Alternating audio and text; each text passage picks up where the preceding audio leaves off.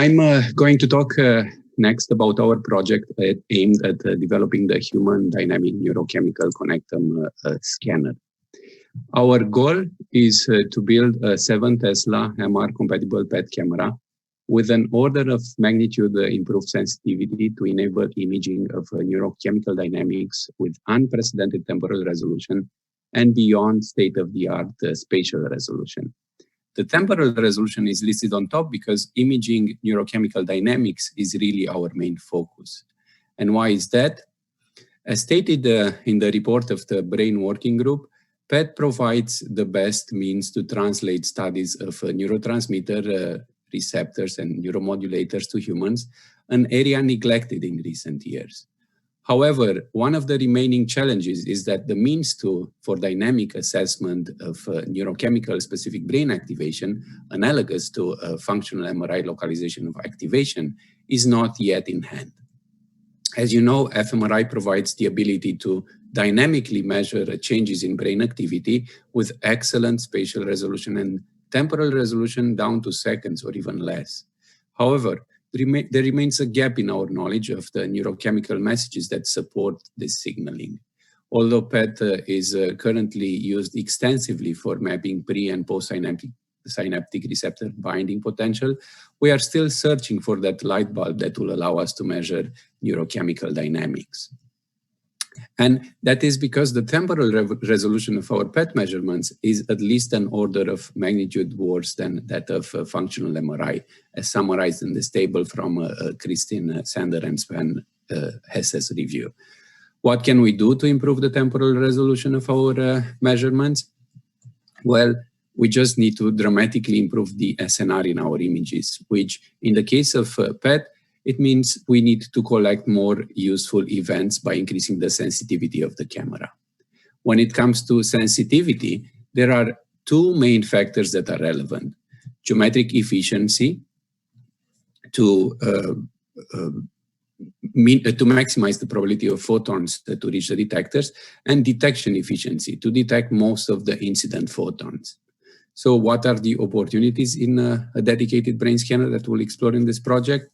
Well, reducing the diameter of the scanner and increasing the area of the detector improve the solid angle coverage. Using thicker crystals with high linear attenuation coefficients increases the detection efficiency. While our primary goal is to dramatically improve the temporal resolution of PET, the tenfold increase in sensitivity could be traded off to support substantially higher spatial resolution PET imaging.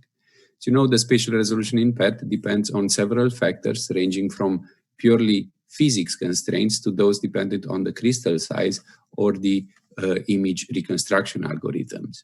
There are several ways in which we will push these limits in this project. We'll use small size crystals. We will minimize the non-collinearity effect by reducing the scanner diameter.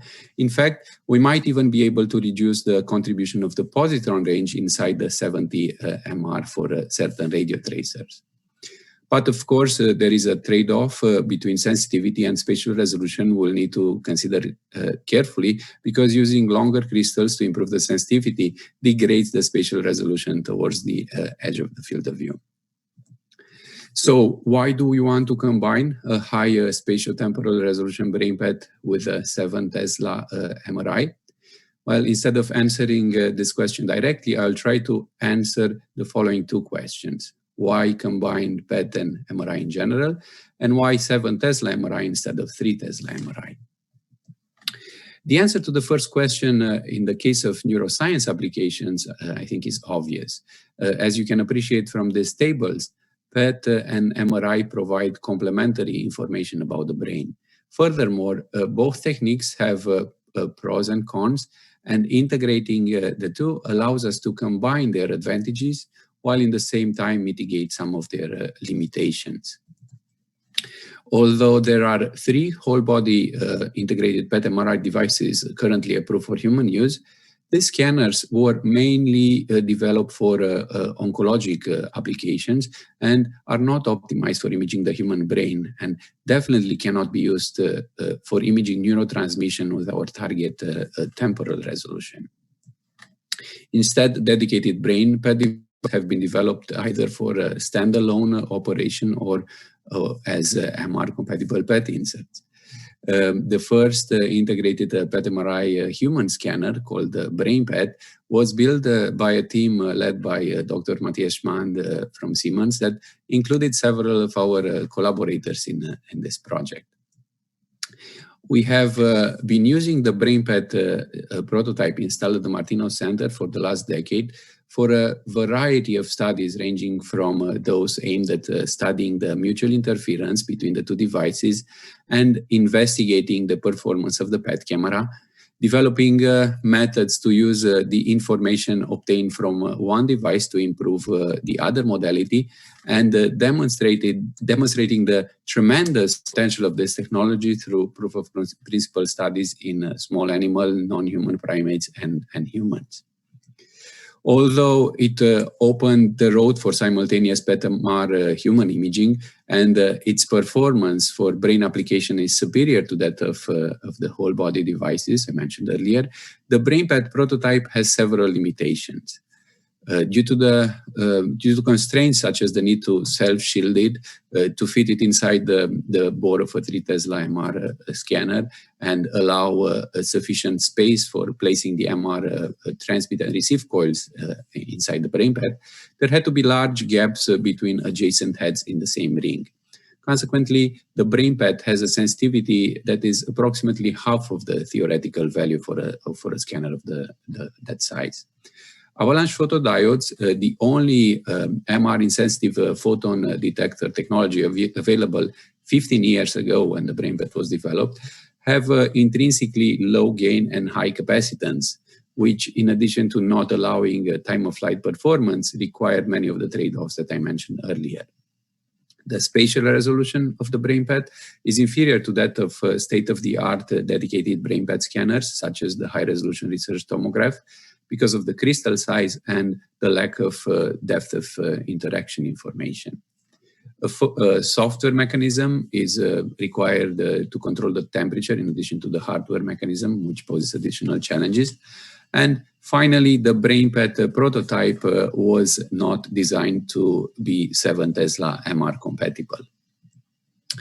Over the last decade, several other groups have proposed MR-compatible PET inserts. And while several of the scanners have demonstrated improved performance compared to their whole body counterparts, dramatically improving the temporal resolution for brain imaging was not the design goal for any of these scanners. To answer the second part of the question I posed earlier, I'll just say that several MR techniques benefit from the increase in SNR provided by the 7 Tesla MR field strength relative to Tesla, but many also benefit from the supralinear increase in contrast to noise ratio. Some representative examples from the data acquired at 7T are shown on this slide. So in this project, we propose to address the two main factors that determine PET sensitivity that I mentioned earlier. Specifically, we will use a non-conventional spherical geometry to increase the solid angle coverage to more than 70%.